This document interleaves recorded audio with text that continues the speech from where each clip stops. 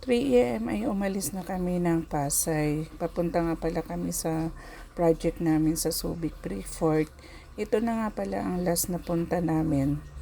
Sumama na rin ako kasi para ma-meet ko yung client namin. Actually, dalawang project na ito namin ng client pero hindi pa kami nagmi-meet.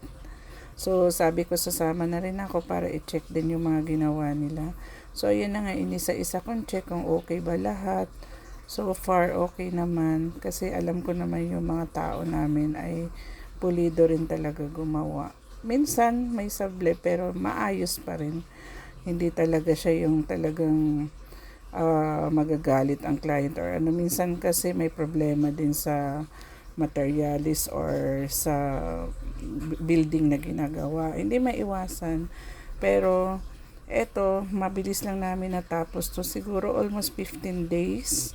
Hindi kasama yung waiting period sa pagpa-tempered ng glass. So, ito, fourth floors po to lahat.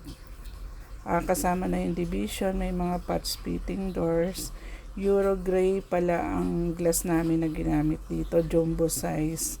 Matataas kasi yung paglalagyan kaya jumbo size na siya. So yun, in-adjust na lang namin yung lock ng sliding door saka may konting ingay kasi siya. So yun na lang yung last na pinunta namin dito. Nag-install na rin ng mirror sa CR tapos in-adjust na yung shower enclosure kasi medyo inurong ng konti dahil masikip. So gabi na umuwi kami. Basang-basa kami talaga ng ulan, grabe. Pero natuyo na rin. Ang lamig sobra. Dumaan kami sa Chowking para magpainit. Nag-noodles kami. So, ito yung dati, yung first install namin. Kasi, ang ginawa namin ay second install namin yung mga sa loob siya. Yung mga pinto. Ayun.